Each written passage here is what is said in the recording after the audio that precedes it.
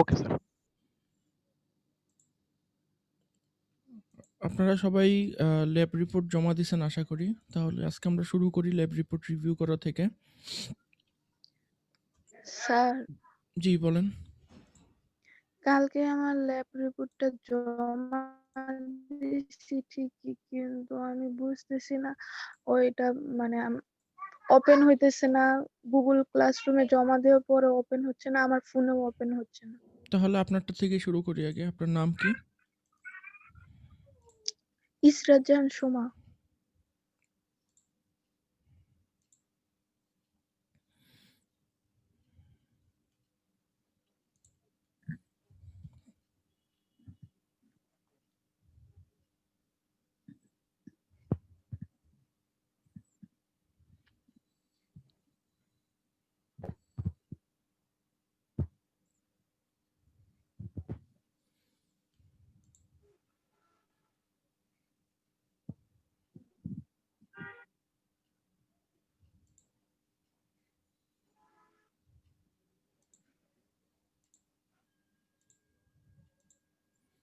দেখা যাচ্ছে আপনার ল্যাব রিপোর্ট ডাউনলোড করে নিতে হচ্ছে, প্রিভিউ দেখাচ্ছে না। কিন্তু স্যার আমার ফোনে অনেকবারই করার পরেও হচ্ছিল না, পরে ওইভাবে আমি আপলোড করছি। এখানে আসছে, ঠিক আছে, কোনো সমস্যা নেই, আচ্ছা পড়ে নিতে পারবো আমি।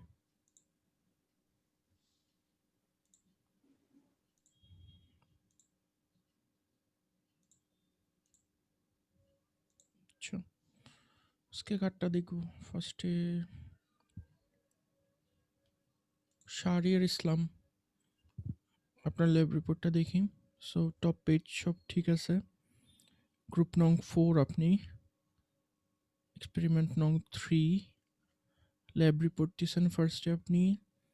তারপর টাস্ক 1 20 ভোল্ট ডিসি 400 হার্টজ, কত ছিল 1000 800 600 400, হ্যাঁ ঠিক আছে। গ্রুপ 4 এর ভ্যালু আপনি ঠিক মতো বসাইছেন, উইন্ডোতেও দেখাইছেন যে কি কি ভ্যালু বসাইছেন। আপনি ব্যাটারি ইউজ করছেন ডিসির জন্য, ব্যাটারি ভ্যালু ঠিক মতো বসাইছেন আপনি। আপনার প্যারামিটার ছিল হলে গিয়ে 25 ভোল্ট, অ্যাম্পলিটিউড ছিল হলে গিয়ে 25 ভোল্ট। তাহলে আমাদের এখানে কত আসার কথা? আপনি 5 ভোল্ট করে ইনক্রিমেন্ট নিয়েছেন প্রতি ঘরের। সো আপনার যাবে হলে কি +25 আর -25, 1 2 3। আপনাদের এই জিনিসটা কেন হচ্ছে আর আমারটাতে অন্যরকম কেন হয়? এই জিনিসটা কি বের করতে পারছেন আপনারা? আমার তো 25 দিলে উপরেও 25 হয়, নিচেও 25 হয়। আপনাদের এখানে 12 12 করে স্প্লিট হয়ে যায় কেন? স্যার বুঝতে পারলাম না স্যার। আমি তো আপনাদেরকে নিয়ে যখন এক্সপেরিমেন্ট করে আপনি তো দেখছেন যে আমার এখানে সবসময় Yes, যেটা sir. দিই ওইটা প্লাস মাইনাস মানে ওইটাই জি ডাইনামিক স্যার। রেঞ্জ হয়েছে। কিন্তু আপনাদের এখানে দেখা যেতেছে অর্ধেক অর্ধেক হয়ে যাচ্ছে। তো সেই ক্ষেত্রে তো আমার অ্যাসাইনমেন্ট এটাতে ঝামেলা হবে একটা। এখন আপনার যদি এখানে 12 ভোল্ট হয় তাহলে তো এটা কিভাবে কি করবে আমি তো বুঝতে পারতেছি না। কারণ অনেকে মেবি স্যার 12 ভোল্ট হলে 6 ভোল্ট করে হয়তো বা। স্যার না, আমাদের সব এক্সপেরিমেন্টে প্রায় এরকমই হয়েছে যে আমরাও তাহলে কি করছি। আমার প্রোটিয়াস কি ডিফারেন্ট আপনাদের থেকে নাকি কোনো কিছু চেক করে নিতে হয়? যেটা আমি চেক হয়তো করিনি। বা স্যার, কারণ আমরা ওই amplitude peak to peak voltage দিলে অ্যাম্পলিটিউড ওই যে হাফ হয়ে যায়। এখন এখানে সমস্যা যেটা হয়েছে এটা যদি আপনার পজিটিভ হাফ সাইকেলে 12.5 হয় আর এখানে আপনার 20 ভোল্টের যদি একটা বায়াস থাকে তাহলে তো জি স্যার, অ্যাকচুয়ালি আপনার এই সার্কিটটা কখনই ক্লিপ হবে না। জি স্যার, আমাদেরও এইরকমটাই হয়েছে।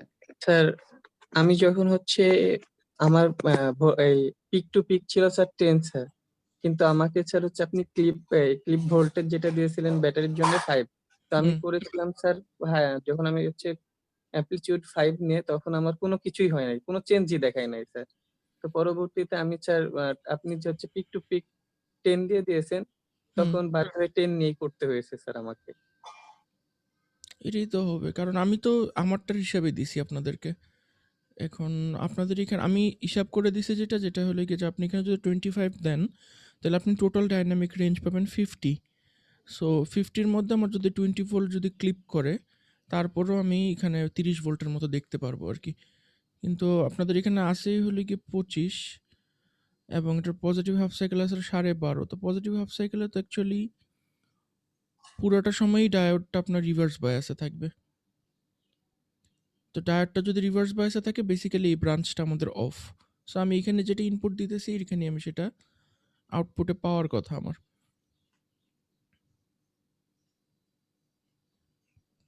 তো ওই হিসাবে আর কি ঝামেলা হয়েছে, এটা একটু খুঁজে বের করতে হবে যে এই ঝামেলাটা কেন হইতেছে। আচ্ছা, এরপরে আপনাদের লাস্ট কোশ্চেন ছিল হলো কি ভোল্টেজ ডাবলার। ভোল্টেজ ডাবলার আপনারা সিমুলেট করে দেখছেন ভোল্টেজ কি ডাবল হয় আসলে? স্যার দেখছিলাম স্যার আপনার মধ্যে। জি স্যার। মাল্টিপ্লিকেশন ফ্যাক্টর অফ 2 পুরা ইনপুটটা 2 দিয়ে গুণ হয়ে যাবে। তো আপনার ইনপুটে এখানে হলে কি ইনপুট কোনটা আউটপুট কোনটা? উপরেরটা ইনপুট, এ নিচে হলে কি ইনপুট। ইনপুটে প্রতি ঘরের ভ্যালু হলে কি 10 করে। ইনপুটে প্রতি ঘরের ভ্যালু হলে কি 10 করে যদি হয় এখানে টোটাল আপনার আসলে কি 1 2 মানে 40 ভোল্ট 1 2 3 4 4.5 45 ভোল্টের মতো আছে এখানে। আর আউটপুটের এখানে এটা কি ভোল্টেজ ডাবল কি হইলো এখানে? এটা তো ভোল্টেজ 1/10 হয়ে গেছে, কমে 10 ভাগের 1 ভাগ হয়ে গেছে। শাহরিয়ার মোহাম্মদ, আপনি কি আছেন? আপনি কোন গ্রুপকে রিপ্রেজেন্ট করেন শাহরিয়ার ইয়েস মোহাম্মদ? স্যার। আপনি হলে কি group 4? Sir group group 4 sir. আপনাদের তো ভোল্টেজ ডাবল হয়নি, এই সার্কিটটা দিছেন যে ভোল্টেজ ডাবল না হওয়া সত্ত্বেও ভোল্টেজ তো কমে গেছে উল্টা আরো। স্যার হ্যাঁ, স্যার আমি গ্রুপ 4 এর বুঝছি স্যার। আমাদের আমি এটা অনেকবার ট্রাই করছি হুম বিভিন্ন ক্যাপাসিটর ভ্যালু চেঞ্জ করে হুম বিভিন্ন ক্যাপাসিটর ভ্যালু আর কি বিভিন্ন রকম আর কি ক্যাপাসিটর আউটপুট আর কি ভ্যারি করতেছে আমি দেখি। আপনার ভোল্টেজের ভ্যালু তো অনেক, এখানে আপনার ভোল্টেজের ভ্যালু 45 ভোল্ট। জি সো আপনি মাত্র 1 মাইক্রোফ্যারাড ইউজ করছেন। আপনি কি আসলে 1 মাইক্রোফ্যারাড? হ্যাঁ, 1 মাইক্রোফ্যারাড ইউজ করছেন। তো অনেক ছোট একটা ক্যাপাসিটর 45 ভোল্টের তুলনায়। আপনি সর্বোচ্চ কত দেখছেন ক্যাপাসিটরের ভ্যালু? আমাদের যে ভোল্টেজটা দেওয়া ছিল ওটাটাই ইউজ করছি আমরা। কত ক্যাপাসিটরের ভ্যালু আপ 25 টু কত ভোল্ট আর পর্যন্ত দেখছেন? 400 হার্টজ। 1 মাইক্রোফ্যারাডের জায়গায় কত বাড়ায় দেখছেন? 1 মাইক্রোফ্যারাড দেখছি, তারপর 10 মাইক্রোফ্যারাড দেখলাম, 100 আবার কমায় মাইক্রোফ্যারাড দেখলাম, দেখছেন? 1 1 ফ্যারাড দিয়ে ন্যানোফ্যারাড দেখছেন? দেখলাম। আচ্ছা, কে সাকসেসফুলি জি করতে পারছেন ভোল্টেজ জি ডাবলার আপনাদের মধ্যে? কারো ভোল্টেজ কি বাড়ছে? মানে ডাইনামিক রেঞ্জ বাড়ছে যতটুকু দেওয়া ছিল এর থেকে বেশি? আর ওর যে হচ্ছে মানটা আসছে এর স্যার হচ্ছে সেন্টার পয়েন্ট অনেক নিচে আছে। আর যে আমরা হচ্ছে উপরে যে কার্ভটা দেখতে পাচ্ছি ওয়েভটা, হুম এটা শুধুমাত্র আমার উপরের হচ্ছে শেপটা, যেমন হচ্ছে আমরা এর আগে পালসেটিং ডিসির ক্ষেত্রে যেটা দেখেছিলাম স্যার, হুম যে হচ্ছে আমার সেন্টার অ্যাক্সিস অনেক নিচে, এটার ক্ষেত্রেও ঠিক অমনই স্যার। এটা অনেকটা মানে একটা রেকটিফাইড আউটপুটের মতো হয়ে গেছে নাকি? জি স্যার, এর সেন্টার পয়েন্টটা নিচে আছে স্যার, 0 পয়েন্টটা। হুম আর কেউ কি হিসাব আপনারটা কি হয়েছে? আপনার ভোল্টেজ কি আমার বাড়ছে? আমারটাও স্যার এমনই হয়েছে, কিন্তু আমি ওই যে এটা চেক করে দেখছি যে স্যার মানে যে এটা বলা ছিল ভোল্টেজ ডাবলার, কিন্তু কেমন হলো এটা। তখন হচ্ছে আমি মানে সেন্টার পয়েন্টটা খোঁজার চেষ্টা করেছি, তো আচ্ছা দেখলাম যে স্যার সেন্টার পয়েন্টটা দেখা যাচ্ছে যে এর থেকে অনেক নিচে রয়েছে। এটা শুধু আমার উপরের যে হচ্ছে পালসেটিং এর মতো যে মানটা সেটা হুম দেখাচ্ছে স্যার। আচ্ছা, তাহলে এটা আমাকে নিজে ট্রাই করে দেখতে হবে। ঠিক আছে, চলুন তাহলে আরেকটা ল্যাব রিপোর্ট দেখি আমরা বদরুল্লাহ হাসান তমালের। তমাল এখানে যে ইটা ছিল, থিওরিটা ছিল, সে নিজের মতো করে সাজায় লিখছে এবং এটা খুবই সুন্দর হয়েছে।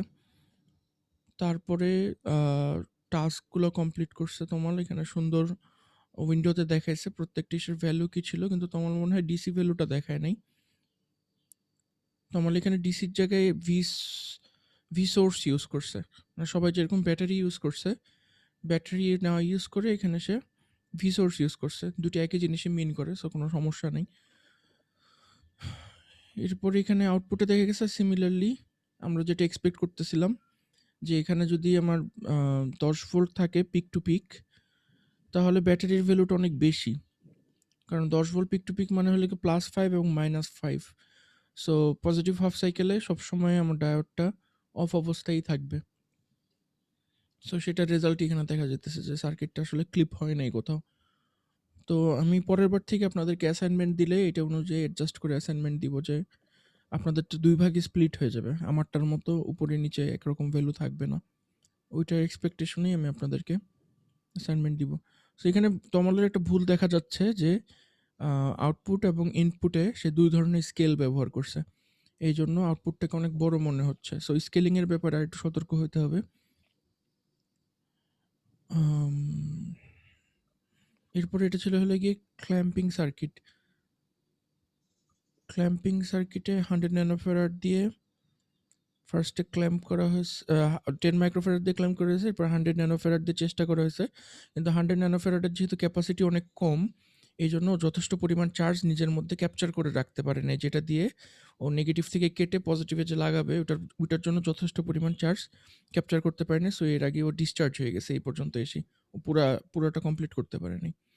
সো ক্যাপাসিটরের ভ্যালু যদি কম হয় তাহলে আমরা এরকম পুরা ইফেক্টটা দেখতে পারবো না ক্ল্যাম্পিংয়ের। এরপরের কোশ্চেন ছিল হলে গিয়ে ভোল্টেজ ডাবলার। সো ভোল্টেজ ডাবলারের জন্য সে একই রকম প্রিন্সিপাল ইউজ করছে, কিন্তু তার ক্যাপাসিটরের ভ্যালুটা বড় ছিল।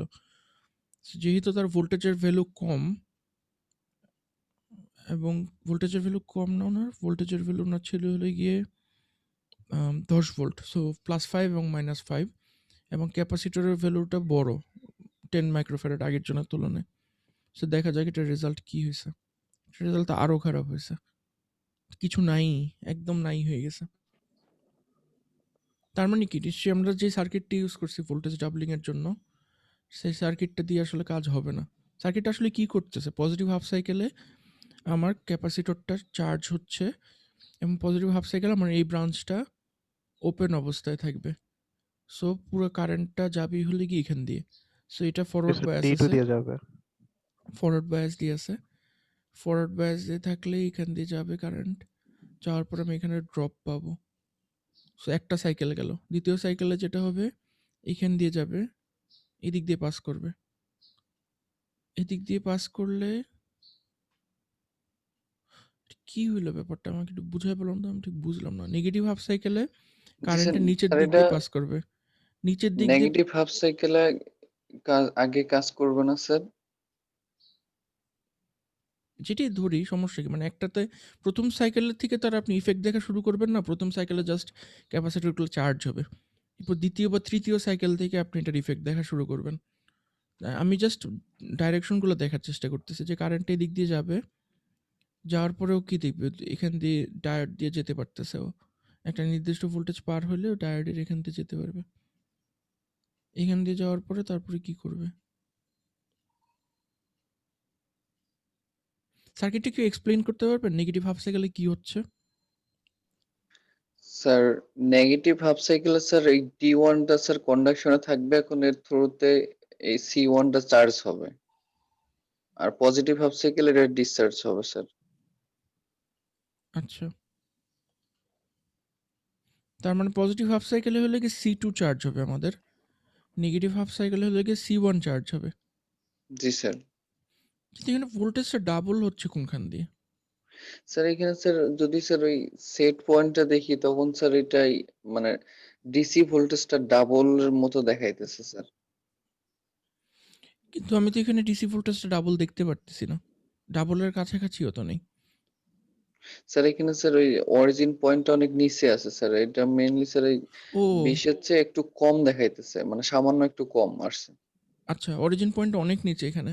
জি স্যার, মানে স্যার আচ্ছা, আমরা ক্যালকুলেশন প্লাস দুইটাই দেখছি, তো দুইটা হুম, ঠিকই আসে স্যার, যে 10 এর সামান্য 20 এর সামান্য একটু নিচে আসে। আচ্ছা আচ্ছা, তাহলে ঠিক আছে, বুঝতে পারছি। তাহলে এখানে আপনার ইনপুট আপনি কত দিচ্ছেন, 1 2 3, এখানে কি স্যার 25 এর মতো আছে?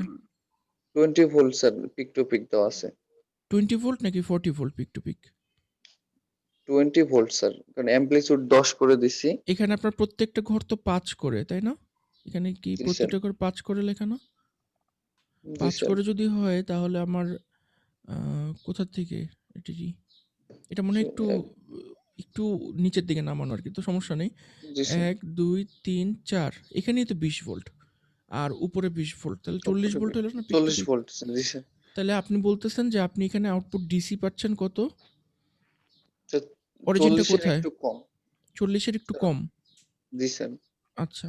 তার মানে ভোল্টেজটা ডাবল হচ্ছে কিন্তু একটা পিকে শুধু। জি স্যার। আচ্ছা, ঠিক আছে।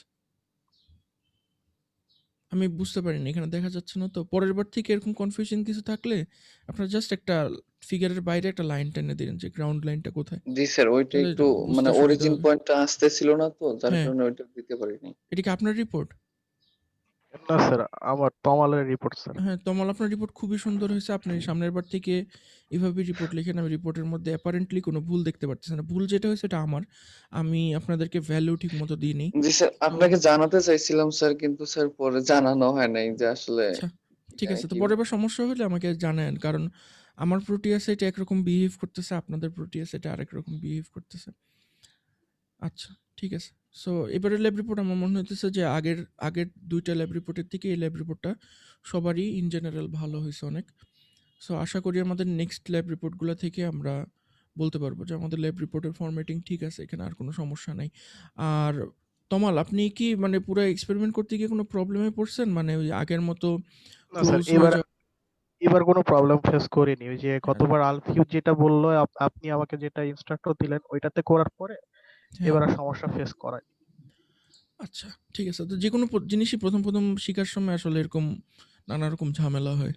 স্যার কিন্তু আপনি একটা স্যার পর্যায়ে গিয়ে আর প্রবলেমে পড়েন না। এখন দেখবেন যে আপনারা ক্লাসের মধ্যে কোনো মানে কঠিন কনসেপ্ট শিখলে বা স্যাররাও যদি খুব কঠিন কোনো প্রজেক্ট দেয় বা কিছু দেয়, আপনারা খুব তাড়াতাড়ি প্রোটোটাইপ করে ফেলতে পারবেন প্রোটিয়াসে। দেখবেন যে এটা জি স্যার। কনফিডেন্স বিল্ড আপে সাহায্য করবে অনেক আপনাদের। স্যার ইঞ্জিনিয়ার ফিল হবে আরকি। স্যার হুম। আপনার একটা ফ্রি এমপ্লিফায়ারের স্যার সার্কিট ইয়ে করছে, মেইল করছিলাম হ্যাঁ, স্যার। হ্যাঁ, আমি পাইছি আপনার সার্কিট। আমি আপনার সার্কিট স্যার পাইছি। আমি আপনাকে মেইলেই দিব, রিপ্লাই দিব এটার। জি স্যার। ঠিক আছে। আমি এখন পর্যন্ত মানে ফিল্টারের প্যারামিটারগুলো আপনাদেরকে মানে দিন। আপনি কি ফিল্টার ডিজাইন করছিলেন ওই সার্কিটটাতে? নাকি না শুধু স্যার, অ্যামপ্লিফায়ারটা পাঠাইছিলেন? স্যার। আচ্ছা, ঠিক আছে। আচ্ছা, আজকে আমরা ছোট একটা এক্সপেরিমেন্ট করব যেহেতু আমাদের মিড টার্মের উইক এবং আমাদের আজকে একটা পরীক্ষাও আছে। সো ছোট খুঁজতে গিয়ে আমি যেটা পাইছি সেটা হলো গিয়ে আজকে আমরা ৯ নম্বর এক্সপেরিমেন্টটা আগে করব। আপনাদের যেই ইলেকট্রনিক্সের কোর্স কি এটার সাথে হইতেছে না? হয়ে গেছে অলরেডি? হচ্ছে স্যার। হচ্ছে। হচ্ছে। আপনাদের এটার মধ্যে কি অপ অ্যাম্প ইনক্লুডেড? জি স্যার, জি স্যার। অপ ইনক্লুডেড। অপ অ্যাম্প ইনক্লুডেড। আচ্ছা, অপ অ্যাম্পের মানে আমরা খুব বেশি তাহলে ইলেকট্রনিক্স 1 এ পড়বো না। ইলেকট্রনিক্স 2 তেও অপ অ্যাম্প রিলেটেড অনেক পড়ালেখা আছে। সো অপ অ্যাম্প নিয়ে আমরা আজকে যে সহজ একটা কাজ করব সেটা স্যার হলো আমরা গিয়ে ইলেকট্রনিক্স 2ই করতেছি বর্তমানে স্যার।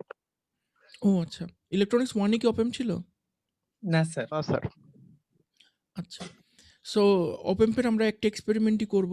এরপরে আমরা ওই যে মসফেট, জেফেট, বিজিটি যেটা হলো গিয়ে আসলে ইলেকট্রনিক্সের স্কোপ সেটাতে যাব। তো আমাদের এই পুরো কোর্সের মধ্যে অপ অ্যাম্পের বেশ কয়েকটি এক্সপেরিমেন্ট আছে। তো আমরা সবগুলো এক্সপেরিমেন্ট করব না। কারণ সবগুলো এক্সপেরিমেন্ট করতে গেলে অনেক সময় লাগবে। প্রায় এখানে ১০টা-১২টার মতো এক্সপেরিমেন্ট আছে। সো এতগুলো এক্সপেরিমেন্ট করা সম্ভব না।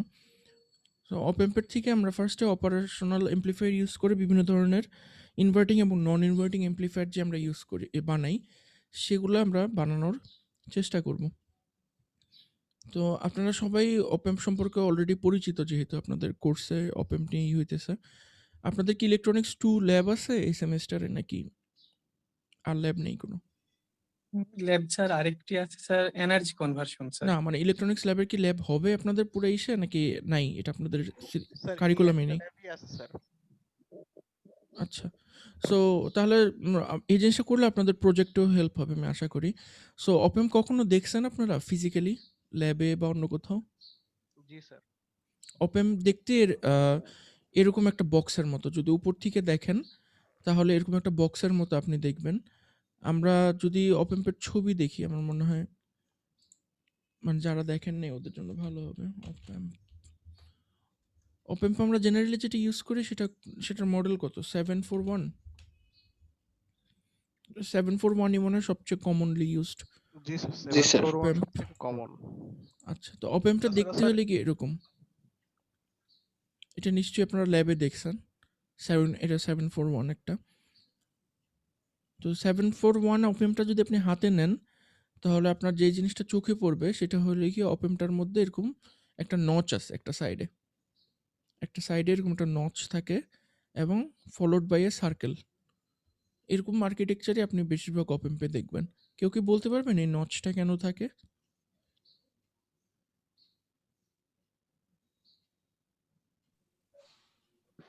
স্যার ইন জেনারেলি যদি বলি ওটা হচ্ছে কোন দিকে সোজা এই জিনিসটা। হ্যাঁ, কোন দিকে সোজা এটার জন্যই, আর কোনো কারণে না। জি স্যার। যে কোথায় কোন দিকটা সোজা আপনি কোথা থেকে পিন গোনা শুরু করবেন, এটার জন্যই এই নচটা দেয়। এখন আমার কোশ্চেন হলো গিয়ে যে আপনি যে অপ-অ্যাম্পের প্যাকেজিংটা দেখতেছেন, এই যে কালো রঙের একটা বক্সের মতো, এটাই কি অপ-অ্যাম্প নাকি অপ-অ্যাম্পটা অন্যরকম দেখতে? স্যার এটাকেও স্যার অপেন বলা ভিতরে একটা যায়, সার্কিট আছে স্যার। ভিতরে তো ভিতরে স্যার একটা অনেক সার্কিট কিছুই আছে। দেওয়া আছে। ভিতরে জি একটা স্যার। সার্কিট আছে। এই জিনিসটা জাস্ট কিছুই না। এটা হলো গিয়ে আমাদের যেরকম মানে কোনো একটা দামি জিনিসকে আমরা যেরকম প্যাকেট করে রাখি বা কোনো কিছু দিয়ে যে প্রোটেক্ট করি, এটা হলো গিয়ে জাস্ট এরকম পলিকার্বনেটের এরকম একটা কেসিং। কিন্তু এটা কিন্তু সার্কিট না। আমি যখন ছোট ছিলাম, মানে আমি যখন আপনাদের মতো ছিলাম, তখন আমি মনে করতাম কি এই জিনিসটাই হয়তো সিলিকন। মানে এই জিনিসটাই আমার চিপ। কিন্তু এটা কিন্তু আসলে চিপ না। পরে যখন আমি ফেব্রিকেশনে কাজ করলাম, তখন আমি দেখলাম যে আসলে চিপ দেখতে অন্যরকম হয়। আপনি যদি সিলিকন চিপ যদি দেখেন, পুরানো আমলের চিপগুলোর মধ্যে, পুরানো আমলের যে সিলিকন চিপগুলো ছিল, ওই পুরানো আমলের সিলিকনের চিপের মধ্যে দেখা যেত যে চিপটা কোথায় আছে। কিন্তু এখনকার সময় আর দেখা যায় না। আমি কিরকম বলতেছি, যে এখানে যে ছবিটা দেওয়া আছে, এই যে দেখছেন মানে অনেক আগের, মানে আমি যখন কাজ করতাম, ঢাকা ইউনিভার্সিটিতে যখন কাজ করতাম, ঢাকা ইউনিভার্সিটিতে ব্রিটিশ আমল থেকে শুরু করে মানে 100 বছরের পুরানো ইউনিভার্সিটি, তো ওখানে অনেক পুরানো কম্পোনেন্ট আছে, ইকুইপমেন্ট আছে। তো এরকম কিছু চিপ আমাদের ল্যাবে পাওয়া যেত, হুটহাট খুঁজে পাওয়া যেত। তো এখানে আপনারা দেখেন যে ভিতরে দেখতেছেন ছোট্ট একটা সিলিকনের বসানো, সিলিকনের স্যার। একটা চিপলেট বসানো। এই চিপলেটটা থেকে আপনার পিসিবির মধ্যে এরকম ট্রেস আছে কপারের। ওই প্রত্যেকটা কপারের ট্রেসের সঙ্গে এক একটা পা কানেক্ট করা, বেসিক্যালি এটাই হলো গিয়ে আইসি। সো আপনারা এখনো যে এই চিপগুলো দেখেন, মনে করুন অপ-অ্যাম্পের যে কোয়াড অপ-অ্যাম্প এর আইসিগুলো পাওয়া যায়, ওটার ভিতরে অ্যাকচুয়ালি এরকম ছোট্ট একটা সিলিকনের চিপলেট আছে। এই সিলিকনের চিপলেটটার সঙ্গে আপনার একটা পিসিবি থাকে, ওই পিসিবির মধ্যে এই বিভিন্ন ঠ্যাংগুলো কানেক্ট করা হয়। সো অনেক সময় দেখা যায় যে আমাদের আইসি ইউজ করতে করতে এই পাগুলা ভেঙে যায়। আমরা কিন্তু চাইলে আইসিটাকে ডিসকার্ড না করে জাস্ট এই একটা সাইডের যে কেসিং আছে, এই কেসিংটাকে যদি ভাঙি, অল্প একটু করে যদি ভাঙলেই কিন্তু আমরা এখানে ওই পিসিবির ট্রেসটা পাবো। ওটার সঙ্গে যদি আমরা একটা তার বা অন্য কিছু যদি সোল্ডার করে দিই, ওই সার্কিটটা কিন্তু আবার আপ অ্যান্ড রানিং হয়ে যাবে।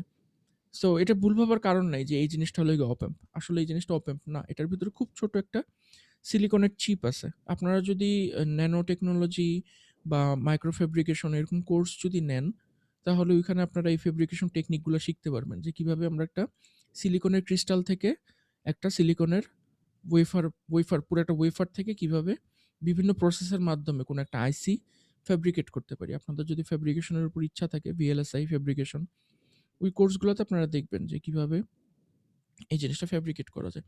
তো ওখান থেকে এখন তাহলে এখানে আসি। এখানে তাহলে অপ-অ্যাম্পের ওই ছবিটাই দেওয়া আছে এবং এখানে একটা সাইডে নচটা এঁকে দিয়ে বোঝানো হয়েছে যে কোথা থেকে আমরা পিন গণনা করা শুরু করব।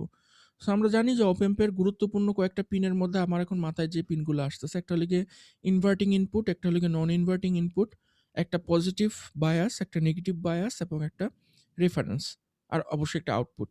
সো এই কয়টা পিনই আমাদের সবার আগে মাথায় আসে। এখন চলেন দেখি যে আমরা এই কয়টা পিন এখানে খুঁজে বের করতে পারি নাকি। তো এখানে যদি আমরা খুঁজে বের করি অফসেট নাল জিনিসটা কি, এটা আমি একসময় জানতাম কিন্তু এখন আমার মনে নেই। আপনারা একটু সার্চ করে দেখেন তো অফসেট নালটা কি।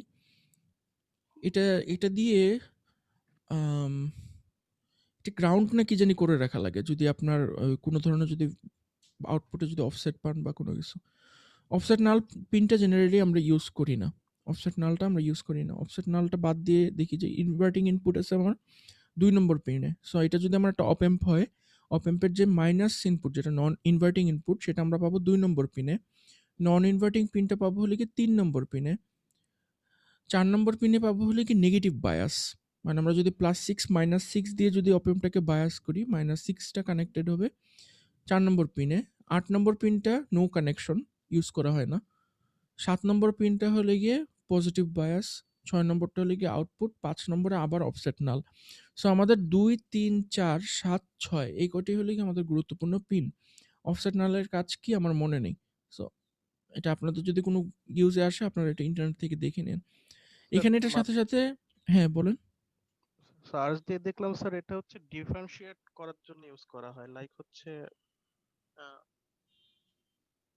ডিফারেন্স বিটুইন এই ভোল্টেজ, মানে স্যার হচ্ছে ভিসিসি এবং ভি নেগেটিভ এর মধ্যে যে ডিফারেন্সটা থাকে সেটা কাট করার জন্য আর কি ইউজ করা হয় থাকে ওই পিনটা। কাট করা মানে? মানে কি ওই যে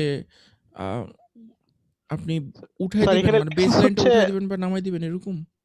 জি sir the offset null pin in 741 IC is mainly used to remove the voltage difference between the inverting and non-inverting pin. আচ্ছা আচ্ছা, তাহলে আমরা এটা এক্সপেরিমেন্ট করে দেখবো না যে এই জায়গার মধ্যে আমরা যদি কোনো একটা ভোল্টেজ দিই আমাদের কি হয়। আমরা এই জিনিসটা ট্রাই করে দেখবো না। সো এখানে আপনার অপ অ্যাম্পের ইন্টারনাল ডায়াগ্রাম দেওয়া আছে। এই ইন্টারনাল ডায়াগ্রাম শেখার সাহস আমার কখনো হয়নি। সো আপনাদের যদি জানার ইচ্ছা থাকে এখানে আপনারা কতগুলা মসফেট লাগবে সেগুলো দেখে নিতে পারেন। কতগুলো মসফেট দিয়ে একটা অপ অ্যাম্প বানানো যেতে পারে। আমরা আসলে যখন অপ অ্যাম্প নিয়ে কাজ করি আমরা কখনো মনেই করি না যে এটার ভিতরে এতগুলো ট্রানজিস্টর আছে। আমি মনে করি না অ্যাটলিস্ট। অ্যাকচুয়ালি এটার ভিতরে অনেকগুলো ট্রানজিস্টর আছে একটা অপ অ্যাম্পের ভিতরে। সো আজকে আমাদের টার্গেট হলো গিয়ে আমরা অপ অ্যাম্পটা দিয়ে ক্লাসের মধ্যে একটা ইনভার্টিং অ্যাম্প্লিফায়ার বানাবো এবং আপনারা ক্লাসের পরে নিজেরা একটা নন ইনভার্টিং অ্যাম্প্লিফায়ার বানাবেন। এবং আপনাদের যদি মনে হয় যে আমাদের যে প্রজেক্টটা আছে এই প্রজেক্টে কোনোভাবে কাজে আসবে তাহলে আপনারা চাইলে অপ অ্যাম্প দিয়ে ইনভার্টিং এবং নন ইনভার্টিং অ্যাম্প্লিফায়ার ইউজ করে আমাদের সাউন্ডকে অ্যাম্প্লিফাই করতে পারেন। চাইলে এটাকে ইউজ করতে পারেন বা অন্য কোনো অ্যাম্প্লিফায়ার ইউজ করতে পারেন। সো এটার জন্য আমাদের নন ইনভার্টিং অ্যাম্প্লিফায়ারের জন্য আমাদের এরকম একটা কানেকশন ফলো করতে হয়। সেই কানেকশনটা সবচেয়ে সিম্পল, মানে ইনভার্টিং অ্যাম্প্লিফায়ার ইউজ করা হলে কি সবচেয়ে সহজ, কারণ এটার মধ্যে আপনার শুধু একটা পিন নিয়ে কাজ করতে হয়। আরেকটা পিনকে আমরা গ্রাউন্ড করে রাখি, পজিটিভ পিনটাকে আমরা গ্রাউন্ড করে রাখি। যেহেতু এটা নাম ইনভার্টিং অ্যাম্প্লিফায়ার সো আমরা ইনপুটটা দিই ইনভার্টিং ইনপুটে এবং এটার আউটপুটটা ফেজ শিফট হয়ে যায়। ইনপুটে যা দিই তার থেকে 180 ডিগ্রি ফেজ শিফট হয়ে যায়। সো এখানে সিম্পলি কী করতে হয়, আপনার নন ইনভার্টিং অ্যাম্প্লিফায়ার একটা ইনপুট দিবেন একটা রেজিস্ট্যান্সের থ্রুতে, যেটা দিয়ে রেজিস্ট্যান্স যেটার থ্রুতে আপনি ইনপুটটা দিবেন ওটার নাম হলো RI বা ইনপুট রেজিস্ট্যান্স, এবং এটা একটা ফিডব্যাক রেজিস্ট্যান্স দিয়ে আউটপুটের সঙ্গে কানেক্টেড থাকে। সো বেসিক্যালি আমরা কি ধরে নিই, আমরা সবসময় জানি যে অপ অ্যাম্পের ভিতর দিয়ে এখানে হলে গিয়ে অনেক হাই ইনপুট ইম্পিডেন্স, ইনপুটে অনেক হাই ইনপুট ইম্পিডেন্স। সো কারেন্টটা কখনো আপনার অপ অ্যাম্পের ভিতর দিয়ে পাস করবে না। আমরা সবসময় ধরে নিই যে কারেন্টটা এই ফিডব্যাক রেজিস্ট্যান্স দিয়ে পাস করতেছে। সো আপনাদের কাছে আমার কোশ্চেন হলে গিয়ে যদি কখনো কোনো অপ অ্যাম্পে এরকম ফিডব্যাক সার্কিটরি যদি না থাকে, মানে এই ইনভার্টিং ইনপুট এবং আপনার এই আউটপুট এই দুটার মধ্যে যদি কোনো কানেকশন না থাকে সেই ক্ষেত্রে আমরা অপ অ্যাম্পের গেইন আমরা কত ধরে নিই?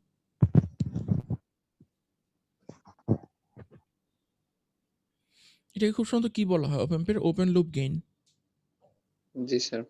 অপ অ্যাম্পের ওপেন লুপ গেইন কত? Sir 10 to the power 6। Ideally infinity নাকি? জি স্যার। Ideally infinity. আমরা ধরে নিই যে এখানে যদি ওপেন লুপ থাকে তাহলে আমি এখানে ইনফাইনাইট পর্যন্ত গেইন পাবো। রিয়েলিটিতে যেটা হয় যদি আমরা এখানে +6 -6 এ যদি বায়াস করি আর এই সাইডটা যদি ওপেন লুপ রেখে দিই তাহলে কি হবে? স্যার কম্পারেটরের মতো বিহেভ করবে। কম্পারেটরের মতো বিহেভ করবে? জি স্যার। কম্পারেটর মানে আপনি যেই পাতে ইনপুট দিবেন সে যেটারটা ইনপুটটা বেশি বেশি হবে হলে সেই স্যাচুরেশন রেইলের ভ্যালুটা দেখাবে। জি স্যার। মানে আমার একদম জাস্ট স্যাচুরেশন মানে স্যাচুরেটেড মোডে ও কাজ করবে। যেহেতু ওর এখানে কোনো ইনপুট লুপ নাই সো এখানে ও ইনফাইনাইট গেইন দেখানোর চেষ্টা করবে। কিন্তু যেহেতু ও ভোল্টেজ দ্বারা লিমিটেড এইজন্য ইনফাইনাইট দেখাইতে পারবে না, ওর কাছে ম্যাক্সিমাম অ্যাভেলেবল যতটুকু আছে অতটুকুও দেখাই দেবে। ঠিক আছে? সো তখন থেকে আমরা বুঝতে পারবো এই জিনিসটা ইনফিনিটি। এখন তার মানে কি হলো, এই জায়গায় রেজিস্ট্যান্সের ভ্যালু আপনার যদি ইনফিনিটি হয় মানে ওপেন সার্কিট মানে হলে কি এই ফিডব্যাক রেজিস্ট্যান্সটার ভ্যালু ইনফিনিটি। তখন আমি ওপেন গেইনটাও পাবো হলো কি ইনফিনিটি। এখন ফিডব্যাক রেজিস্ট্যান্সের ভ্যালু যদি আপনার 0 হয়, তার মানে আমি এটাকে একটা তার দ্বারা রিপ্লেস করে দিচ্ছি, শর্ট করে দিচ্ছি এটাকে। তখন এটার আউটপুট কি হবে? ইনপুট ভোল্টেজটাকে ফ্লো করবে, হ্যাঁ, এই জিনিসটাকে তখন আমরা বলবো এটা একটা ভোল্টেজ ভোল্টেজ ফলোয়ার। বাফার বা হ্যাঁ, ভোল্টেজ ভোল্টেজ ফলোয়ার। বাফার। আমি যেহেতু বায়োমেডিক্যাল সেক্টরে কাজ করি, তো আমাদের অনেক বেশি ভোল্টেজ ফলোয়ারের দরকার হয়, বাফারের দরকার হয়। মনে করেন আমরা একটা ফিল্টার ইউজ করব, ঠিক আছে? মনে করেন শরীর থেকে কোনো একটা ফিল্টার বানাবো। তো ফিল্টারটা আমরা এইভাবে বানালাম। ফিল্টারের এখানে ফার্স্ট আমরা আর রাখলাম, এখানে আমরা সি রাখলাম, মানে আর সি একটা ফিল্টার বানাচ্ছি। এটা হলে কি আমার কোনো একটা ভাবে আমার বডির সঙ্গে কানেক্টেড থাকবে। তারপর আমি এটার থেকে মনে করেন এটার ইনপুটটা আমি কোনো একটা অপ অ্যাম্পে নিব বা কোথাও নিব, যেটাই হোক। আমি কখনো মানে আমরা বায়োমেডিক্যাল সেক্টরে কখনো কিন্তু শরীরের সঙ্গে এরকম ডাইরেক্ট ফিল্টারের রেজিস্ট্যান্স কানেক্ট করা হয় না। সবসময় এটার মাঝখানে একটা ভোল্টেজ ফলোয়ার দিয়ে তারপরে এই জিনিসটাকে কানেক্ট করা হয়। কেউ কি বলতে পারবেন কেন ভোল্টেজ ফলোয়ার দিয়ে কানেক্ট করা হয়?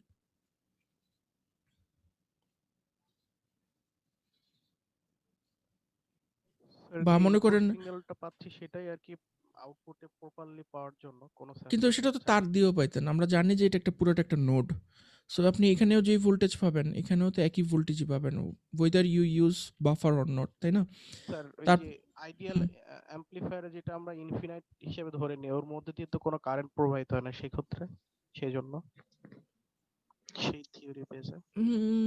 হ্যাঁ, সেটা বলতে পারেন। কারেন্ট প্রবাহিত হয় না। কিন্তু ভোল্টেজ কিন্তু একই থাকতেছে আপনার। ভোল্টেজ কিন্তু এই সাইডেও যেটা থাকতেছে, এই সাইডেও সেটাই থাকতেছে। কারণ যেহেতু এটা একটা ভোল্টেজ ফলোয়ার।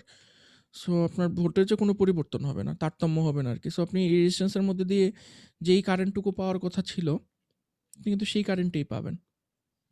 আবার মনে করেন অন্যভাবে আপনি যদি চিন্তা করেন, মনে করেন আপনি ইসিজি মাপবেন বা ইইজি মাপবেন শরীর থেকে। তো এই যে ইটা অ্যাম্প্লিফায়ারটা আপনার এখন শরীরের সঙ্গে কানেক্ট করা লাগবে। শরীরের কোনো একটা সিগন্যালকে অ্যাম্প্লিফাই করার জন্য। তো এখন এই সোর্সটার কথা ভুলে যান। এই সোর্সটা এখন আপনার শরীর, মানে আপনার হার্টের থেকে আপনার ইসিজি জেনারেট হচ্ছে। তো এই রেজিস্ট্যান্সটা তখন আমি কি করব? আমার শরীরের সঙ্গে আমি লাগানোর চেষ্টা করব। মনে করেন ইইজি যদি মাপতে চাই বা অন্য কিছু যদি মাপতে চাই, মনে করেন আমি আমার হাতের সঙ্গে লাগাইলাম। এখানেও কিন্তু আমরা কখনো সাজেস্ট করি না আপনি ডাইরেক্ট ইটাকে কানেক্ট করবেন। অপ অ্যাম্পটাকে মানে অ্যাম্প্লিফায়ারটাকে কানেক্ট করবেন। এটা কেন করি না? কারণ হলো গিয়ে এখানে তো আপনার একটা রেজিস্ট্যান্স আছে 1K, এবং আমরা এটার অ্যাম্প্লিফিকেশনের সূত্রটা জানি এভাবে যে এটার অ্যাম্প্লিফিকেশনের সূত্র হলো গিয়ে -RF ডিভাইডেড বাই RI। মানে এটার রেশিও দিয়ে আপনার যদি ইনপুটটাকে আপনি গুণ দেন, তাহলে আপনি পাবেন হলো গিয়ে আউটপুট। তার মানে এটার গেইনের কোএফিসিয়েন্ট হলো গিয়ে -RF বাই RI। এটার ভ্যালু আর এটার ভ্যালুর উপর ডিপেন্ড করবে আপনার সিগন্যালটা আল্টিমেটলি কতটুকু বৃদ্ধি পাবে।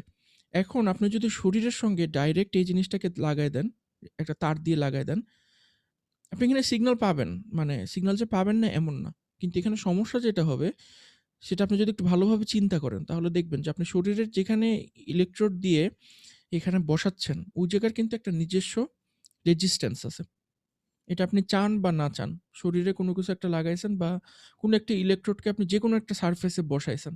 অবশ্যই ইলেকট্রোড আর ওই সারফেসের মধ্যে আপনার একটা কন্ট্যাক্ট ইম্পিডেন্স তৈরি হবে।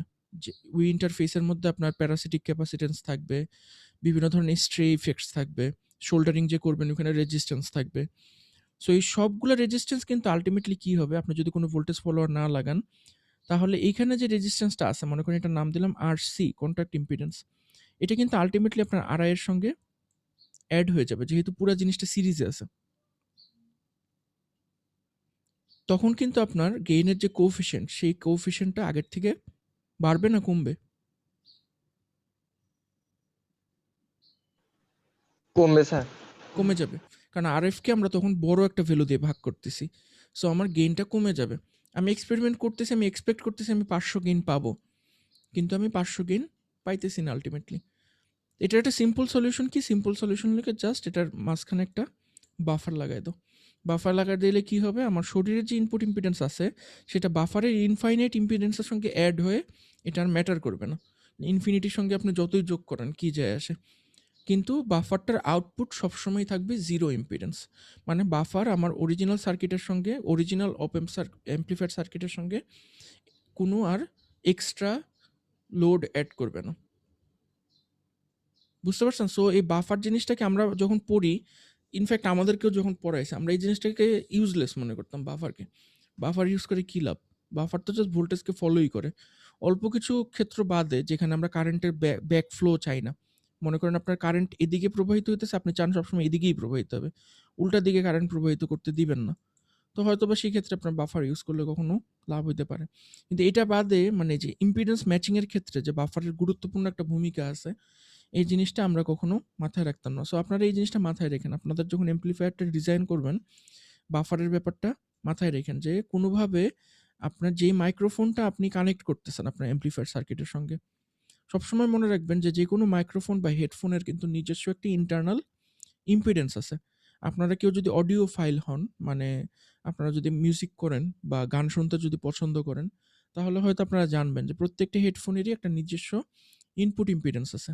এটার উপর ডিপেন্ড করে আপনি কি ধরনের অ্যামপ্লিফায়ার ইউজ করবেন ওই মাইক্রোফোনটাকে রান করানোর জন্য, সেটা কিন্তু আমাদের ডিটারমাইন করতে হয়। যেমন মনে করেন আমরা যে কমন ইয়ারফোনগুলো ইউজ করি, এদের ইম্পিডেন্স হয় 10 ওহম বা 15 ওহম মতো। কিন্তু কিছু, কিছু বড়, বড় যে হেডফোনগুলো আছে, যেগুলো আমরা মাথায় পরি, ওই হেডফোনগুলোর ইম্পিডেন্স আপনার দেখা যায় 35 ওহম থেকে শুরু করে 200-250 ওহম পর্যন্ত ভ্যারি করে। সো যেই অ্যামপ্লিফায়ার দিয়ে আপনি আপনার যেই নরমাল ইয়ারফোন আছে মোবাইলের, যেটাকে আপনি ড্রাইভ করতেছেন, ওই অ্যামপ্লিফায়ার দিয়ে যদি আপনি একটা 250 ওহমের হেডফোনকে যদি ড্রাইভ করতে চান, আপনার হেডফোন কিন্তু যতটুকু ভলিউম আপনি আশা করতেছেন, অতটুকু ভলিউম কিন্তু আপনি পাবেন না। কেন পাবেন না আমি আশা করতেছি এখন আপনারা বুঝবেন যে কেন পাবেন না। সো অবশ্যই আপনাদের সার্কিটের মধ্যে এটার জন্য আপনারা যথেষ্ট প্রিকশন রাখবেন যে আমরা যেই মাইক্রোফোনটা ইউজ করব, যে মাইক্রোফোনকে আমরা গেইন করব, সেই মাইক্রোফোন কিন্তু আপনার brand to brand, model to model আপনার ইনপুট ইম্পিডেন্স ভ্যারি করবে, এটার আউটপুট ইম্পিডেন্স ভ্যারি করবে। সো ওইটা যাতে কোনোভাবে আপনার টোটাল অ্যামপ্লিফিকেশন ফ্যাক্টরকে ইফেক্ট করতে না পারে বা মিনিমালি ইফেক্ট করে, ঠিক আছে? সো যাই হোক, এটা নিয়ে আর বলার দরকার নেই। So, আমি আশা করি আপনারা বুঝতে পারছেন মোটামুটি অপ অ্যাম্পের ইউজেস এবং অপ অ্যাম্পের বেসিক প্রিন্সিপাল আপনাদের অলরেডি জানা আছে। সো আমরা আজকে এই সার্কিটটা তৈরি করব, তৈরি করে দেখব যে আমরা যেই গেইনটা আশা করতেছি সেই গেইনটা আমরা পাচ্ছি কিনা। সেই সার্কিটটা খুবই সিম্পল, এটার জন্য আমাদের জাস্ট 3টা রেজিস্ট্যান্স আর একটা অপ অ্যাম্প লাগবে, আর এখানে বায়াসিংটা দিয়ে দেওয়া হয়নি। সো চলেন আমরা প্রোটিয়াসে এই সার্কিটটা সিমুলেট করার চেষ্টা করি। আমার মনে হয় এটা নিয়ে খুব বেশি একটা আলোচনা করার দরকার নেই, এটা আপনারা বাসায় নিজেরা করলেও একই রেজাল্টই আসবে। আপনারা কি অপ অ্যাম্প ইউজ করছেন কখনো ল্যাবে?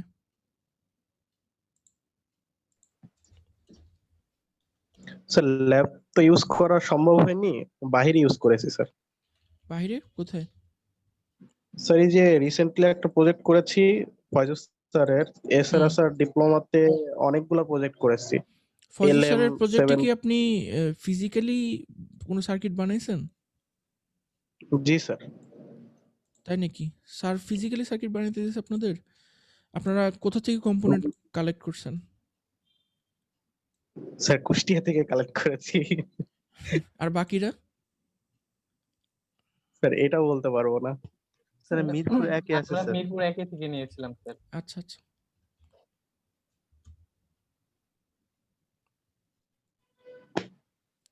সো আমরা একটা অপ অ্যাম্প নিলাম এখানে। অপ অ্যাম্পটাকে আমরা চাইলে মনে একটু ঘুরিয়ে দিতে পারি। না সরি, ফ্লিপ করে দিতে পারি। সো আমাদের আর এডিশনালি লাগবে হলে কি রেজিস্টার লাগবে বেশ কয়েকটা।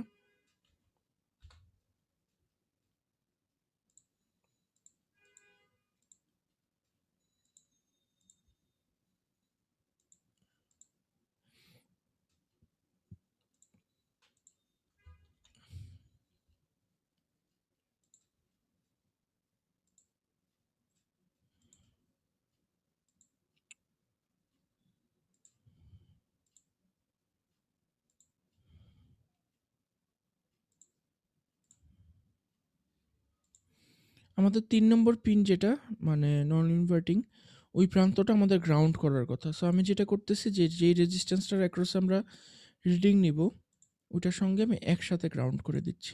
দুটা একই জিনিসই, সমস্যা হবে না আশা করি। সো আমি এই রেজিস্ট্যান্সটার অ্যাক্রসে আমি আমার রেজাল্টটা দেখব। কত নম্বর পিনে জানি আমার ছিল ইনভার্টিং বায়াস বা নেগেটিভ বায়াস ছিল 4 নম্বর পিনে, তাই না? জি স্যার। আচ্ছা, তো 4 নম্বর পিনে চলেন আমরা এখানে বসাই, প্রোব বসাই। আমাদের খুব সম্ভবত 2টা প্রোব ডিফাইন করে দেওয়া লাগবে, মানে ওইভাবে করলে সহজ হবে। আপনি ব্যাটারি বসায়ও করতে পারেন, কিন্তু ব্যাটারি বসায় করলে জিনিসটা অনেক ক্লামজি হয়ে যাবে। মানে একটা সেল বসাইলেন, সেলের নেগেটিভ প্রান্তটা 4-এর সঙ্গে লাগাই দিলেন আর পজিটিভ প্রান্তটা গ্রাউন্ড করে দিলেন। তো ওইটা না করে আমরা এখানে পাওয়ারের যে প্রোব, এই পাওয়ারের প্রোবটা ইউজ করব। সেই পাওয়ারের প্রোবটা আপনি পাবেন হলে গিয়ে যে প্রোবের লিস্টে গিয়ে দেখবেন যে পাওয়ার একটা প্রোব লেখা আছে, ওখান থেকে আমরা পাওয়ারের প্রোবটা এইভাবে অ্যাড করে দিতে পারি। তারপর খুব সম্ভবত এটার ভিতরে গেলেই আমরা এটাকে ডিফাইন করে দিতে পারবো। এখানে কি ডিফাইন করে দেওয়া আছে দেখেন, ভিসিসি ভিডিডি ডিফাইন করে দেওয়া আছে। আমরা যদি এডিটে যাই, এডিটে গিয়ে খুব সম্ভবত আমরা পাওয়ার রেলগুলো ডিজাইন করে দিতে পারবো। টু রাইট, প্রপার্টি অ্যাসাইনমেন্ট টুল,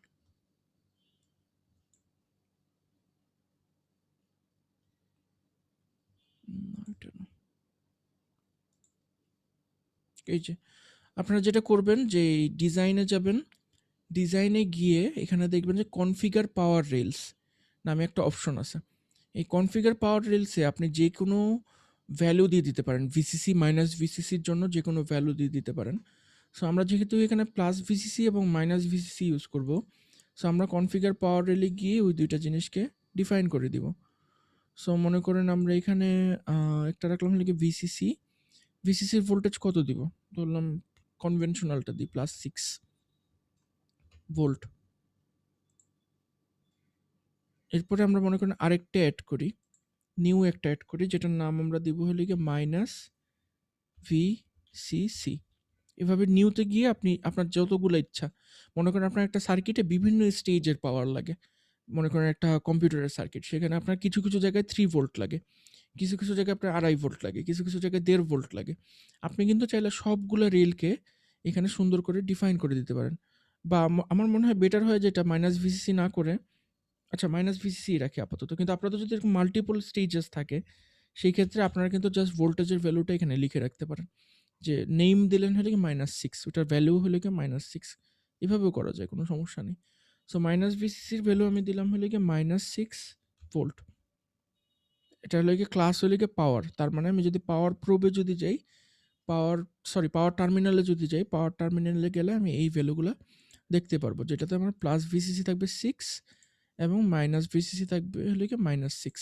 এখানে দেখেন আপনারা কিন্তু গ্রাউন্ডও কিন্তু ডিফাইন করা আছে, যে গ্রাউন্ড 0, মানে এই যে এখানে যে গ্রাউন্ড ইটা আছে, টার্মিনালটা আছে, এই গ্রাউন্ডের ভ্যালুও কিন্তু এখানে ডিফাইন করা। সো ওকে দিলাম, আমি এটাকে এখন ডিফাইন করে দিব 4 এ যেটা দিলাম। তো 4 এ যেটা সেটা আমার ছিল হলে কি মাইনাস ভিসিসি, এটা আপডেট হয়নি কেন?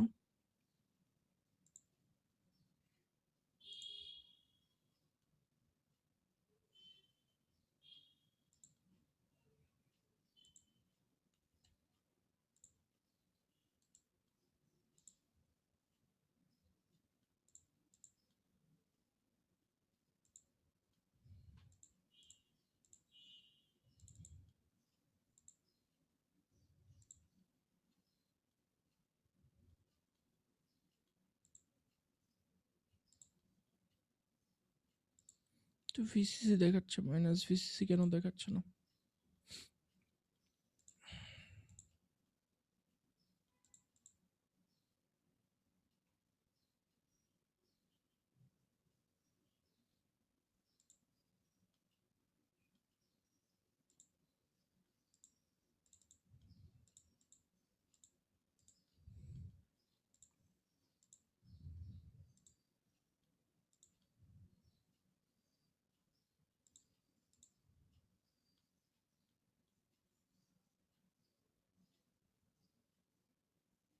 ক্লাস পাওয়ার,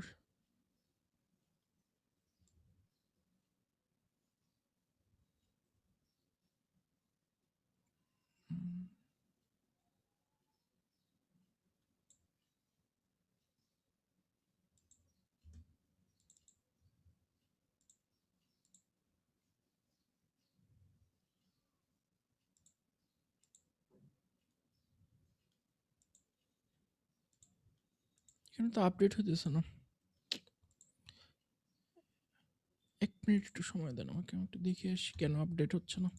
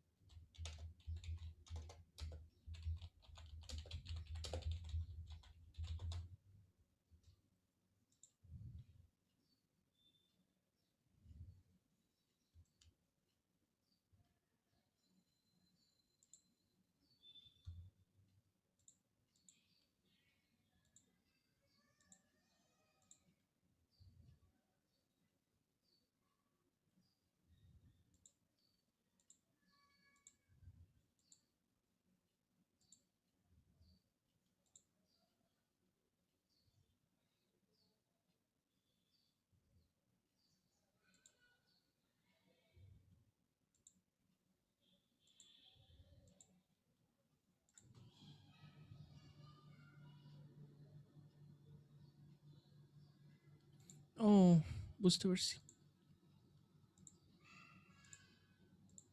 আমাদেরকে এখানে ম্যানুয়ালি লিখতে হবে। এই স্ট্রিংটার নাম যদি আমরা -vcc যদি দিয়ে থাকি, তাহলে আমাদেরকে এখানে লিখতে হবে এটা -vcc। মানে এটার এডিট টার্মিনালে গিয়ে আমরা ড্রপ ডাউন মেনুতে আর পাবো না, যেটা আমরা নতুন করে এডিট করছি। আমাকে ওটার নাম নিজে ম্যানুয়ালি লেখা লাগবে, এটা আমি ড্রপ ডাউন মেনু থেকে পাবো না। সো -vcc যদি আমি সিলেক্ট করে থাকি, তাহলে এটার নাম দিতে হবে -vcc, পরেও ওইখান থেকে এটার স্ট্রিংটা কালেক্ট করে নেবে। সো আমি এখানে -vcc বসাইলাম। -vcc বসানোর পরে আমি আরেকটা পাওয়ার রেল লাগবে আমার, সেটা হলো +vcc। +vcc জানি কত নম্বর পিনে ছিল? 7-এ? জি স্যার, সাথে। তাহলে এটাকে জাস্ট সিম্পলি ডাবল ক্লিক করে আমরা ড্রপ ডাউন মেনু থেকে এই ভিসিসি নিয়ে নিতে পারি। ও এখন চলে আসছে, একবার যখন আমি লিখে দিছি এরপরে চলে আসছে আমার। তো আমি এখানে এটা +vcc দিতে পারি, যে ভিসিসি অর ভিডিডি দিয়ে দিলাম। তাহলে আমার এটা এখন পজিটিভ বায়াস, নেগেটিভ বায়াস দুটোই হয়ে গেল। এখন আমাদের সিম্পলি যেটা লাগবে, একটা সোর্স লাগবে, যে সোর্সটা দিয়ে আমরা ইনপুট দিব সেটা আমরা ভিসাইন দিয়ে দিই, সাইনোসয়েডাল সোর্স দিয়ে দিই ভিসাইন। ওকে, এখানে অ্যাড করলাম, এটা অ্যাড করে দিলাম। সাইনোসয়েডাল সোর্সটাকে আমরা একই গ্রাউন্ড দিয়ে গ্রাউন্ড করে দিলাম, শুধু শুধু বেশি বেশি গ্রাউন্ড টার্মিনাল আনার দরকার নেই। এখন আমরা টোটাল জিনিসটাকে জাস্ট ভিজুয়ালাইজ করব। একটা অসিলোস্কোপ ইউজ করব। অসিলোস্কোপের এখানে আমরা ইনপুটটাকে বি দিয়ে দেখি, আর আউটপুটটাকে আমরা এই দিয়ে দেখি। সো এখন আমাদের এখানে এটার ভ্যালু সিলেক্ট করতে হবে। এটার ভ্যালু আমি অ্যামপ্লিটিউড মনে করি এখানে দিলাম হলো 1 ভোল্ট, আর ফ্রিকোয়েন্সি হলো 50 হার্টজ, কোনো অফসেট নেই।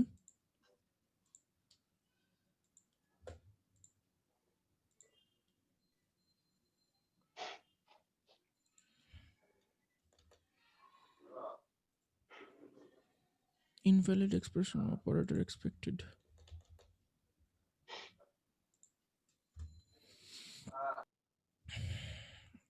আর এটাতে মনে করেন আমরা 10k দিব, সো আমরা এখানে 1k দিই, 1k and 10k।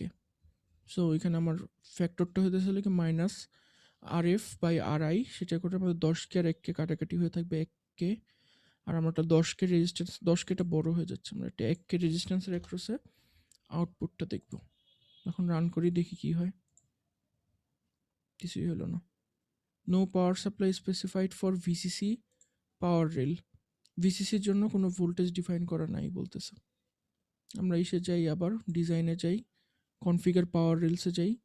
ভিসিসির জন্য তো +6 ডিফাইন করাই আছে। একটা কাজ করি, আমরা একটা নতুন একটা অ্যাড করি, সেটার নাম দিয়ে হলে গিয়ে +vcc,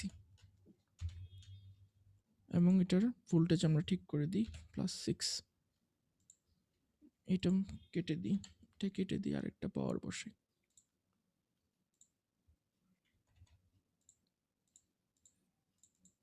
এটার নাম দিব আমরা প্লাস ভিসিসি। ওকে,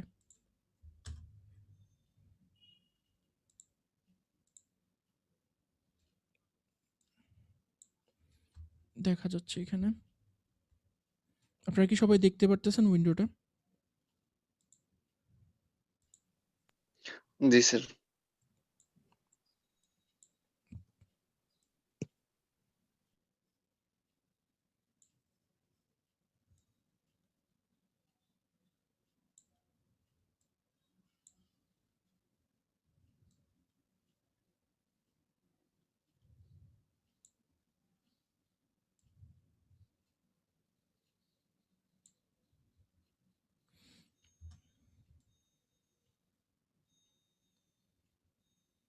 তো আমি এখানে ভ্যালু দিছি হলে কি প্রতি ঘরের ভ্যালু হলে কি 1 ভোল্ট, প্রতি ঘরের ভ্যালু দিছি হলে কি আমি 1 ভোল্ট এবং হ্যাঁ 1 এখানে দেখা যেতেছে আমার ইনপুটে আছে হলে কি আপনার কত, প্রতি ঘরের ভ্যালু যদি 1 ভোল্ট হয় আমার ইনপুটে 1 থেকে অল্প একটু বেশি ভোল্টেজ আছে। সরি, ইনপুটে আমার 1 ভোল্ট আছে, 1 ভোল্ট এবং 1 ভোল্ট, সো টোটাল 2 ভোল্ট এখানে আমার ডায়নামিক রেঞ্জ। আউটপুটে আমি শুধু পাচ্ছি 1 ভোল্ট। কারণটা কি, আমি শুধু 1 ভোল্ট কেন পাচ্ছি? কেউ কি বলতে পারবেন শুধু 1 ভোল্ট কেন পাচ্ছি?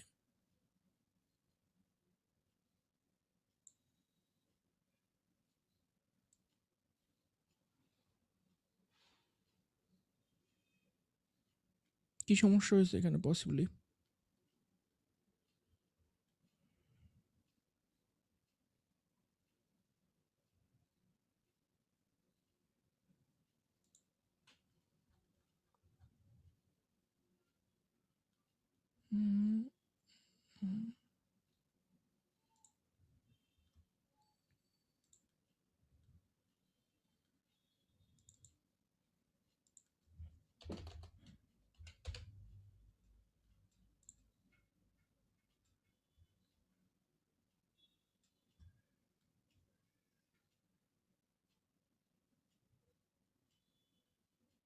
সেম।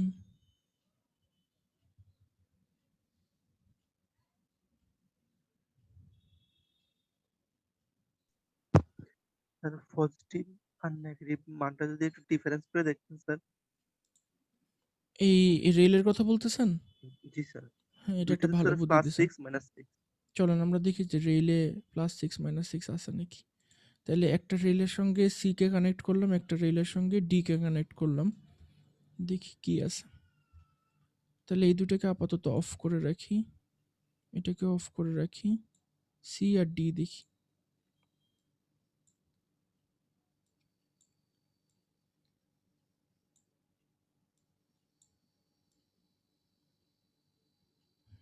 সিতে আপনার আছে হলে কি সি কোনটা? সি হলে কি আমার নেগেটিভ রেল। সি, হ্যাঁ সি নেগেটিভ রেল। সিতে দেখা যাচ্ছে আছে হলে কি আপনার 1 ভোল্ট, তাও আবার পজিটিভ, নেগেটিভ না। আর সিমিলারলি আপনার ডিতেও আছে হলে কি পজিটিভ 1 ভোল্ট।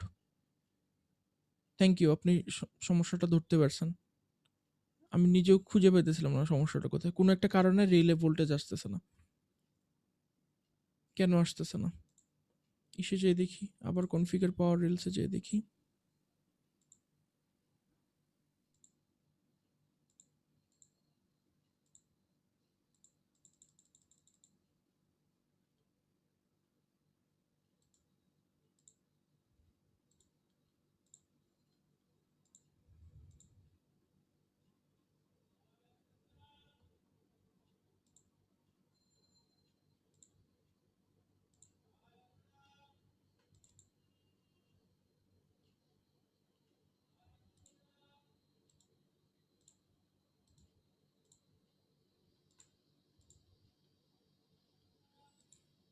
প্লাস ভিসিসি তো অটোমেটিক 0 হয়ে গেছে।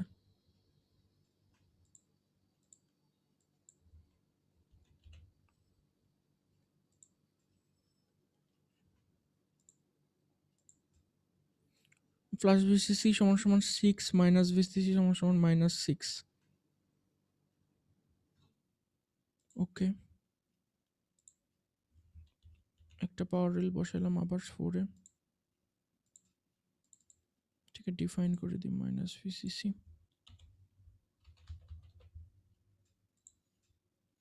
আর একটা পাওয়ার রেল বসাই,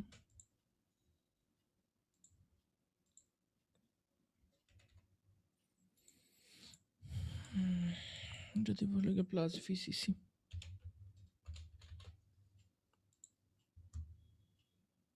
হোপফুলি এখন ঠিক আছে। স্যার ফ্লাশ বেসিসের মানটা ডিফাইন করা হয়নি স্যার। ডিফাইন তো করছি, বারবারই তো করতেছি ডিফাইন, কিন্তু হচ্ছে তো না, চলে যাচ্ছে বারবার। ধরো এরকম হলে তো সমস্যা। আমি ব্যাটারি ইউজ করি তাহলে আপাতত।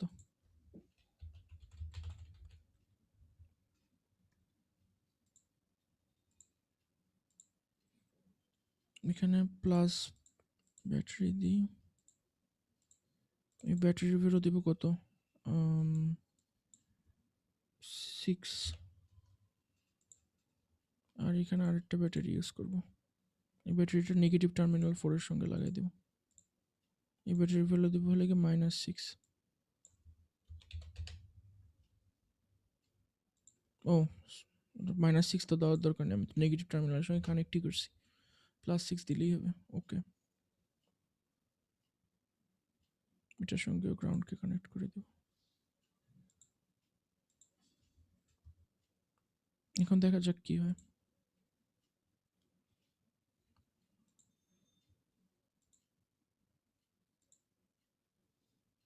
ঠিক আছে, একটা রেল কেটে যাচ্ছে, দেখি কোন রেলে কাটতেছে। তো এইটা হলে কি আমার আউটপুট, আর বিটা হলে কি ইনপুট।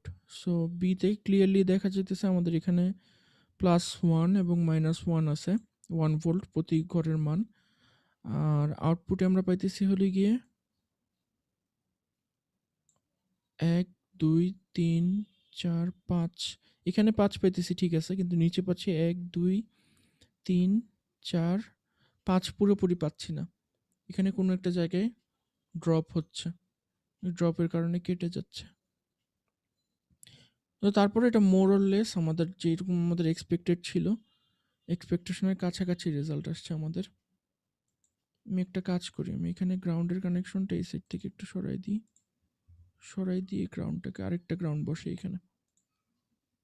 আপনাদেরকে আমি নেক্সট ক্লাসে বলবো এই পাওয়ার কেন কাজ করতেছে না, বারবার রিসেট হয়ে যাচ্ছে ভ্যালুটা, আমি বুঝতেছি না কেন রিসেট হয়ে যাচ্ছে। এটা আমাকে একটু ট্রাই করে দেখতে হবে কেন রিসেট হচ্ছে।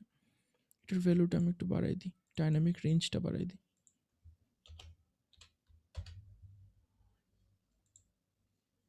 হ্যাঁ এখন ঠিক আছে, আমার কোনো একটা জায়গায় ড্রপ হচ্ছিল এই ভোল্টেজটা, নেগেটিভ ভোল্টেজটা, এই জন্য আমার এখানে দেখতে পারতেছিলাম না।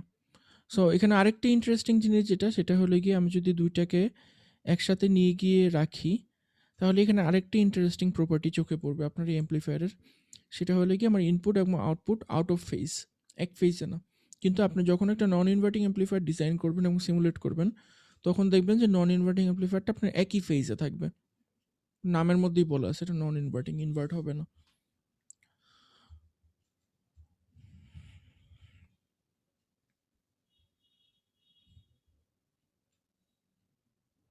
ঠিক আছে,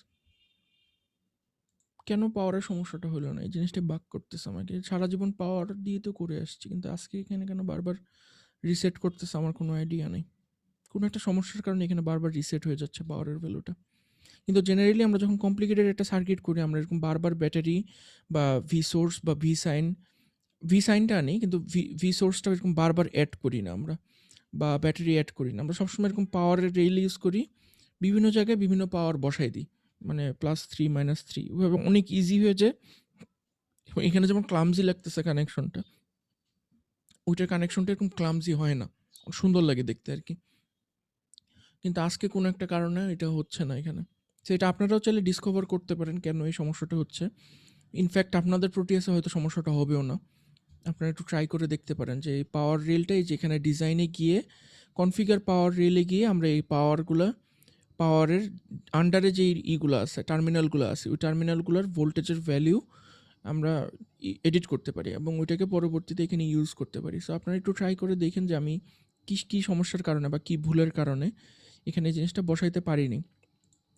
সো আজকে আপনাদের ল্যাব রিপোর্টের মধ্যে বেসিক্যালি এই সার্কিটটাই ইনক্লুডেড থাকবে, একটা ইনভার্টিং অ্যাম্প্লিফায়ার। ইনভার্টিং অ্যাম্প্লিফায়ারের পরে আপনারা যেটা করবেন, একটা নন ইনভার্টিং অ্যাম্প্লিফায়ার বানাবেন। নন ইনভার্টিং অ্যাম্প্লিফায়ারের জাস্ট চেঞ্জটা কি আসবে, আপনাদের ইনপুটটা আপনি নেগেটিভে না দিয়ে নন ইনভার্টিং যে ইনপুট সেখানে দিবেন, বাকি সব কিছু একরকমই থাকবে, আর কোনো কিছু চেঞ্জ হবে না। জাস্ট আমরা নন ইনভার্টিং অ্যাম্প্লিফায়ারটা কেন কম ইউজ করি, ইনভার্টিং অ্যাম্প্লিফায়ারটা কেন বেশি ইউজ করি, কেউ কি বলতে পারবেন নন ইনভার্টিং অ্যাম্প্লিফায়ারটা কেন কম ইউজ করি?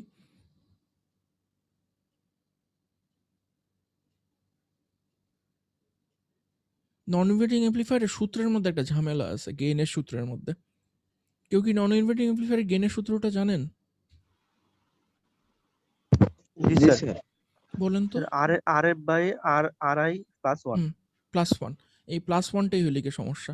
মানে আপনি এখানে যখন রেজিস্ট্যান্সের ভ্যালু চেঞ্জ করবেন সবসময় আপনাকে এই +1 হিসাব করে বলতে হবে। সো আপনার যদি লো গেইনের সেটআপ হয়, লো গেইনের সেটআপে আপনি যদি এরকম রেজিস্ট্যান্স চেঞ্জ করে এটার ভ্যালু চেঞ্জ করতে চান, তাহলে আপনি ইনক্রিমেন্টটা হইতে হবে আপনার সবসময় 1 এর থেকে বড়। মানে আপনি যদি 1 এর থেকে ছোট ইনক্রিমেন্ট যদি করতে চান, সেটা এখানে করা সম্ভব না, কারণ সূত্রের মধ্যেই আছে হলো গিয়ে 1+। ইনভার্টিং অ্যাম্প্লিফায়ারটা এই জন্য বেশি ইউজ করা হয়। আমি বেশিরভাগ অ্যাম্প্লিফায়ারই দেখেছি ইনভার্টিং অ্যাম্প্লিফায়ার ইউজ করে আপনার কাজ হয়। তো ইনভার্টিং অ্যাম্প্লিফায়ার যেটা ঝামেলা, যে ইনভার্টিং অ্যাম্প্লিফায়ারের আউটপুটটা আপনার ইনভার্ট হয়ে যাচ্ছে, কিন্তু পরবর্তীতে আমরা যদি একটা ভোল্টেজ ফলোয়ার লাগাই দিই, এটার একটা ভোল্টেজ ফলোয়ার দিয়ে যদি আমরা আউটপুট দেখি, তখন কিন্তু আমরা দেখবো যে ভোল্টেজ ফলোয়ারও একটা ইনভার্টার। সো ইনভার্টার মিলে আপনার জিনিসটা নেগেটিভ পজিটিভ হয়ে যাবে। কি পরিবর্তন করতে হবে স্যার? কিছুই পরিবর্তন করতে হবে না, আপনার শুধু ওই যে ইনপুটটা দিতে হবে পজিটিভ প্রান্তে, এই আর কিছু না। স্যার ওই যে +6 -6 ওটা চেঞ্জ করে দেবো, ইন্টারচেঞ্জ করে দেবো স্যার? ইন্টারচেঞ্জ না, +6 -6 তো সেমই থাকবে আপনার। +6 -6 তো আপনি এই সার্কিটটাকে পাওয়ার দিতেছেন, মানে স্যার সার্কিটটা যে আপনার এমপ্লিফিকেশন করবে ওটার পাওয়ার পাবে হলে কি +6 -6 থেকে। +6 এর জি জন্য স্যার।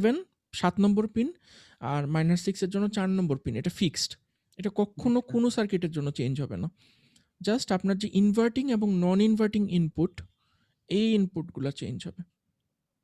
স্যার বুঝতে পারছি। ঠিক আছে? সো এটা খুবই ইজি। আমার মনে হয় এটা সবাই পারবেন আপনারা করতে। তো বরাবরের মতনই আমি আপনাদেরকে অ্যাসাইনমেন্টগুলো এরকম লিখে দিব। সো আপনাদেরকে যেই গ্রুপের জন্য যে অ্যাসাইনমেন্ট ডেজিগনেট করা থাকবে, ওই জিনিসটা আপনারা করে সুন্দর করে জমা দিবেন। আপনাদের তো নেক্সট উইকে মনে হয় কোনো ল্যাব নেই আমাদের, তাই না? নেক্সট উইক হলে কি না 23 স্যার। তারিখ? আপনাদের পরীক্ষা মানে 27 তারিখ পর্যন্ত। জি সো স্যার। নেক্সট উইকে আমাদের ল্যাব নেই, আপনাদের সঙ্গে আবার 30 তারিখ দেখা হবে। সো 30 তারিখে আপনারা আপনাদের অ্যাসাইনমেন্ট জমা দেবেন, এবং আমরা এক্সপেক্ট করব যে 7 তারিখের মধ্যে সবার প্রজেক্ট মোটামুটি মোর অর লেস কমপ্লিট থাকবে। ঠিক আছে? আরেকটা কথা যেটা হলো গিয়ে যে আমাদের একটা ছুটির কারণে আমাদের একটা সোমবার ক্লাস হয়নি, আপনাদের হয়তো মনে আছে। জি এখন স্যার। সমস্যা কি হয়েছে যে একটা তো ওখানে ক্লাস হয়নি, প্লাস মিড টার্মের জন্য একটা ক্লাস হচ্ছে না, তো আমাদের কিছুতেই 24টা ক্লাস দেখানো পসিবল হইতেছে না। মানে পুরো সেমিস্টারকে আমি যদি প্রজেক্ট করি, তাহলে পুরো সেমিস্টার প্রজেকশনে আপনার 24টা ক্লাস কিছুতেই আসতেছে না। তো এখন আমাকে ডিপার্টমেন্ট থেকে বলা হয়েছে যে যাদেরই এই মিড টার্মের আগে 10টা ক্লাস হয়েছে, মানে 5 দুগুণে 10 আর কি, সো ওদেরকে অবশ্যই 12টা ক্লাসের জন্য মিড টার্মের পরে এক্সট্রা ক্লাস অ্যাসাইন করতে হবে। তো এক্সট্রা ক্লাসে হয়তো আমরা একটা পরীক্ষা করলাম, নিলাম বা অন্য কিছু করলাম, কিন্তু আমাদের এক্সট্রা ক্লাস একটা দেখাইতেই হবে। সো আপনারা একটু এই জিনিসটা মাথায় রেখেন যে আমাদের শেষ হয়ে যাওয়ার পরে, মিড টার্ম শেষ হয়ে যাওয়ার পরে আমাদের একটা এক্সট্রা ক্লাস তাড়াতাড়ি শেষ করে আপনাদের অ্যাটেন্ডেন্সটা দেখাই দিলে আমরা এই ঝামেলাটা থেকে মুক্তি হয়ে যাব। ঠিক আছে? সো আজকের ক্লাস আমরা এখানে আর লম্বা না করি, আপনাদের জাস্ট 15 মিনিটের একটা পরীক্ষা আছে। আমি 15 মিনিটের পরীক্ষাটা আপনাকে 9:45-এ অ্যাসাইন করে দিব। আপনারা 10টার মধ্যে আপনাদের আনসার শিট জমা দিবেন। খুবই সহজ কোশ্চেন, সেটা নিয়ে নার্ভাস হওয়ারও কিছু নেই, জাস্ট 5টা কোশ্চেন। আপনারা যা এমসিকিউ থাকবে? হ্যাঁ, সব এমসিকিউ, সব এমসিকিউ। ঠিক আছে? সো আপনারা মানে যতটুকু সম্ভব নিজের থেকে পরীক্ষা দেওয়ার চেষ্টা করেন, নিজের থেকে পরীক্ষা দেওয়ার জন্য। ঠিক আছে? আবার বলতেন স্যার, সময়টা স্যার শোনা হয়নি স্যার, একটু আবার বলতেন। 5টা কোশ্চেন, 5টা এমসিকিউ, 15 মিনিট সময়। জি স্যার। ঠিক আছে? জি স্যার। ঠিক আছে, তাহলে আমি ক্লাসটা এন্ড করে দিতেছি। আপনারা গুগল ক্লাসরুমে চোখ রাখেন, ঠিক 9:45-এ আপনাদের অ্যাসাইনমেন্টটা আপ হয়ে যাবে। ঠিক আছে? ওইটাই আপনাদের অ্যাটেন্ডেন্স আজকে এখানে অ্যাটেন্ডেন্স দেওয়া দরকার নেই আপনাদের। ঠিক আছে, আমি তাহলে ক্লাসটা এন্ড করলাম। মিড টার্মের জন্য আপনাদেরকে best of luck. G sir.